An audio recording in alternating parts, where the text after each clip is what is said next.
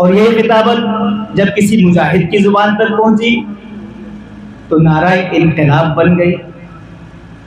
جی یہی خطابت جب کسی قائد اور رہبر نے اس کو اپنایا تو ترانہ سیاست بن گئی. خطابت وجد میں آئے تو پھر ہتھیار بن جائے. خطابت وجد میں آئے تو پھر ہتھیار بن جائے. کبھی خنجر کبھی نیزہ کبھی تلوار بن جائے. خطابت کی گلفشانی مسلم ہے زمانے میں، یہ نجاشی کے آگے جعفر طیار بن جائے. تو آئیے میرے ہم نشینوں، میرے دوستوں، میں ایک ایسے ہی بے باک خطیب سے آپ کی ملاقات کراتا ہوں کہ جس کی خطابت سے ہمارے معاشرے میں اصلاح کی بیداری ہوئی ہے، ہمیں جینے کا سلیقہ ملا ہے. اس سے میری مراد حضرت اقدس مولانا مفتی محمد مستقیم صاحب دامت برکاتہم العالیہ کی ذات اقدس ہے، جو ہاپوڑ سے تشریف لائے ہیں. حضرت کا تشریف لانا، آپ کا ایک ایک منٹ ہمارے لیے یہ سمجھیے بہت بڑی سعادت کی بات ہے. تاریخیں لی جاتی ہیں حضرت سے، تب کہیں جا کر کوئی تاریخ ملتی ہے. ہم خوش نصیب ہیں کہ حضرت چل کر جے پور تشریف لائے ہیں. میری آپ سے درخواست ہے بہت ہی توجہ کے ساتھ حضرت کا خطاب سنیں. یہ خطاب ہمارے لیے تاریخی خطاب ہے. الحمدللہ نحمده ونستعینه ونستغفره ونؤمن به ونتوکل علیہ ماشاءاللہ ونعوذ باللہ من شرور انفسنا ومن سیئات اعمالنا ماشاءاللہ من يهده الله فلا مضل له ومن يضلله فلا هادي له ونشهد أن لا إله إلا الله وحده لا شريك له ونشهد أن سيدنا ومولانا محمدا عبده ورسوله وصلى الله تعالى على خير خلقه محمد وآله وأصحابه وسلم تسليما كثيرا كثيرا. أما بعد، أعوذ بالله من الشيطان الرجيم. بسم الله الرحمن الرحيم. يا أيها الذين آمنوا اتقوا الله ولتنظر نفس ما قدمت لغد واتقوا الله إن الله خبير بما تعملون. ما شاء الله ما شاء الله. وقال تعالى في مقام آخر: يا أيها الرسل كلوا من الطيبات واعملوا صالحا إني بما تعملون عليم. صدق الله مولانا العظيم.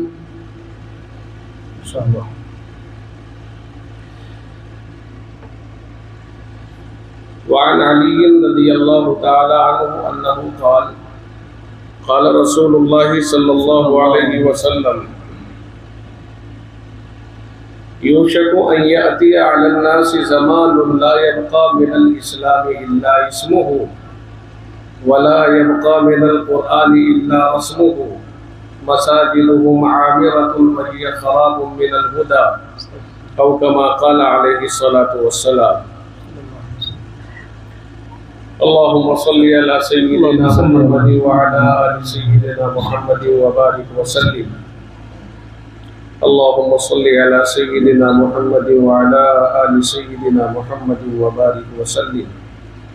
اللهم صل على سيدنا محمد وعلى آل سيدنا محمد وبارك وسلم۔ عزیزان ملت، نوجوان ساتھیوں، پیارے دوستوں اور دینی بھائیوں،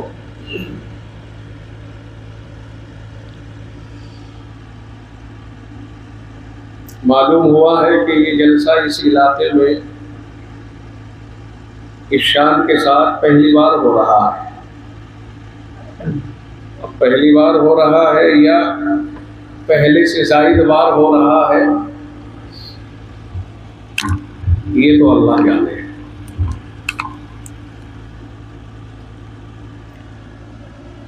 یہ الگ بات ہے کہ اس علاقے میں پہلی بار ہو رہا ہے، مگر علاقے بدل بدل کر کے تو بار بار ہوتے رہتے ہیں، اور ہم بہت سے جلسوں میں شریک رہتے ہیں، سنتے ہیں، اور یہ بات مسلمات میں سے ہے، اذا تکرر الکلام علی السمع تکرر فی القلب۔ جب بار بار کوئی بات قوت سماعت سے ٹکراتی ہے تو وہ دل کے نہا خانوں میں اتر جاتی ہے۔ اس لیے ہم چونکہ اس طرح کی محفلیں بار بار منعقد کرتے رہتے ہیں اور بار بار یہ باتیں کہتے سنتے رہتے ہیں، تو اس میں کوئی شک شبہ نہیں ہے کہ باتیں تو دل میں اتر ہی جاتی ہیں۔ میں آپ کو ایک پیغام خاص طور سے یہ پیش کرنا چاہ رہا ہوں کہ یاد کریں وہ وقت جب جناب رسول اکرم صلی اللہ علیہ وسلم حجۃ الوداع میں عرفات کے میدان میں تشریف فرما ہے، اور آپ نے اپنے چاہنے والوں کو، جن کی تعداد 1 لاکھ سے زیادہ تھی، ایک پیغام دیا تھا اور یوں ارشاد فرمایا تھا کہ کیا میں نے تمہیں پورے طور سے دین پہنچا دیا؟ سب نے ذکر کیا، سب نے اقرار کیا کہ جی اللہ کے نبی آپ نے ہمیں پورے طور سے دین پہنچا دیا۔ جب سب نے گواہ بن کر کے اس بات کا اعتراف کر لیا تو آپ نے فرمایا گواہ رہنا، آسمان و زمین تم بھی گواہ رہنا کہ میں نے جو کچھ مجھے اللہ نے دیا تھا وہ سب پہنچا دیا، اس کو ادا کر دیا، اور فرمایا اب میں تمہارے حوالے کرتا ہوں کہ تم اپنے بعد والوں کو پہنچا دینا۔ بات سمجھ میں آ گئی؟ ہم جلسے سنتے تو ہیں، لیکن یہ پیغام جو ہمیں حجۃ الوداع میں ملا تھا، کیا ہمیں اس بارے میں کوئی شک ہے کہ پیغام رسالت کے بعد بھی کوئی پیغام آ سکتا ہے؟ اللہ، اختتام ہو گیا، اب کے بعد کوئی نبی نہیں آئے گا، آپ آخری نبی، قرآن آخری پیغام، دین اسلام آخری دین، اور رب ذوالجلال نے اپنی عادت بھی بدل دی، اسی کے اوپر اللہ نے اپنی عادت بھی بدل دی۔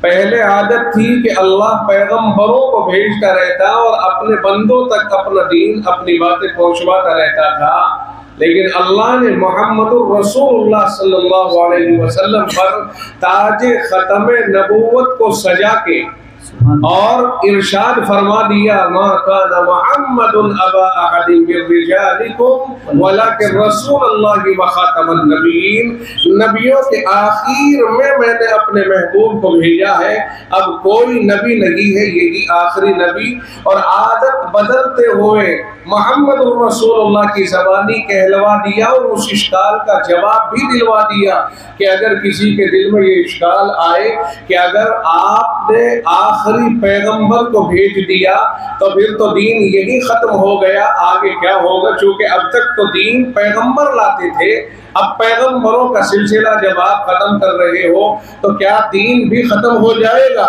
تو رب نے اس کا جواب محمد الرسول اللہ کی زبانی دے دیا اور کہلوا دیا، ان سے کہہ دو عادت بدل گئی ہے، ان العلماء ورثۃ الانبیاء، نبوت کو بند کیا ہے، کار نبوت کو بند نہیں کیا ہے، کار نبوت علماء کے حوالے اور قیامت تک انہی کے حوالے رہے گا۔ اب دنیا کی کوئی وہ طاقت نہیں ہے جو علماء سے اس ذمہ داری کو چھین لے۔ سبحان اللہ، سبحان اللہ، بہت خوب، ماشاءاللہ، حقیقت۔ اور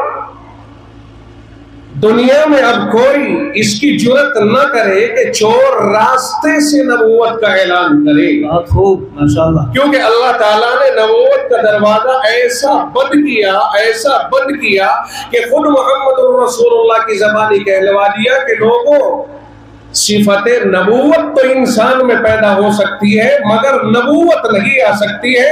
لو کان بعدی نبی لکان عمر، اگر میرے بعد کوئی نبی آتا تو عمر صفت نبوت سے حامل ہے مگر نبوت نہیں آئی۔ بہت خوب، بہت خوب۔ یعنی ایسی صفات حمیدہ اللہ نے عمر میں رکھی ہے کہ یہ اگر نبوت آئے تو نبوت کا متحمل بن جائے، لیکن نہیں، چونکہ رب اعلان کر چکا کہ نبوت ختم ہو چکی ہے، اس لیے اللہ تعالیٰ نے نبوت کو ختم کر دیا۔ وہ دور انبیاء تھا، دور علماء اب شروع ہو گیا ہے، اب علماء پیدا ہوں گے، انبیاء نہیں۔ بہت خوب، ماشاءاللہ، ماشاءاللہ۔ یہ رب ذوالجلال نے اپنی عادت بدل دی اور ذمہ داری ڈال دی کہ آپ کے ذمہ، اور اللہ نے فرما دیا کہ آپ کو وما ارسلناک الا کافۃ للناس، ساری کائنات کے انسانوں کا آپ ہی کو نبی بنا کر کے ہم بھیجا ہے۔ سوال یہ پیدا ہوا کہ آپ جزیرۃ العرب سے باہر نہیں آئے، ساری کائنات کی نبوت کا اعلان ہو رہا ہے۔ جواب، اس سوال کا جواب کہ جو پیغام رب نے محمد الرسول اللہ کو سونپا تو شاخیں ہی اتنی نکال ڈالی علماء کی کہ ساری کائنات میں پھیل کر کے اسی دین کو بلا کسی کمی اور بیشی کے علماء نے ہر کونے تک پہنچا دیا۔ یہی ہے وہ جو اللہ کے اعلان کی تکمیل ہے کہ ہم نے آپ کو کائنات کے ہر انسان کا نبی بنا کے بھیجا۔ بہت خوب، ماشاءاللہ، ماشاءاللہ۔ علماء نے اس کی ذمہ داری لی اور ساری دنیا کے اندر دین کو پہنچا دیا، اور بلا کمی بیشی کے پورا دین پہنچا دیا، ہر اعتبار سے ہر گوشے کو پہنچا دیا ہے، ہر اعتبار سے اللہ کے نبی صلی اللہ علیہ وسلم کے لائے ہوئے پیغام کو پہنچا دیا۔ یہی میں آپ کو عرض کرنا چاہ رہا ہوں کہ جب کوئی جلسہ سنا کرے تو اپنے آپ کو ذمہ دار سمجھ کر کے اٹھا کرے، اور یہ سمجھ لیا کریں کہ ایک جلسہ سننے کے بعد ہماری ذمہ داری میں اور اضافہ ہو گیا، اس لیے کہ جناب رسول اکرم صلی اللہ علیہ وسلم نے پاک ارشاد فرمایا، لا تزول قدم بنی آدم یوم القیامت من عند ربہ حتی یسأل عن خمس۔ اللہ اللہ اللہ۔ فرمایا 5 سوالات کی تیاری کرو،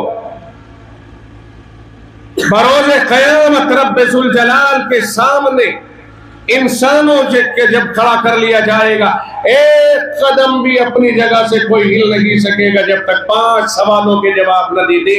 ان عمرہ فیما افنا، پہلا سوال یاد کرے، پہلا سوال زندگی کہاں خرچ کی ہے۔ بڑا آسان ہے یہ کہہ دینا کہ الحمدللہ 50 سال کی عمر ہو گئی، الحمدللہ 49 سال کی عمر ہو گئی، 81 سال کی عمر ہو گئی، یہ کہہ دینا بڑا آسان ہے۔ آقا ارشاد فرماتے ہیں اس کا جواب دینا ہوگا یہ 50 60 70 80 100 سال کہاں گزارے۔ اللہ اللہ اللہ۔ پھر فرمایا دوسرا سوال ہوگا وان شبابہ فیما ابلا، جوانی کے بارے میں پوچھا جائے گا، جوانی کن چیزوں میں آزمائی، جوانی کہاں کہاں لگائی۔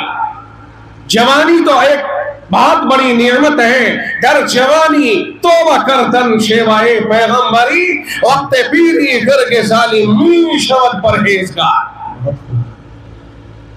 جوانی کی زندگی اصل ہوتی ہے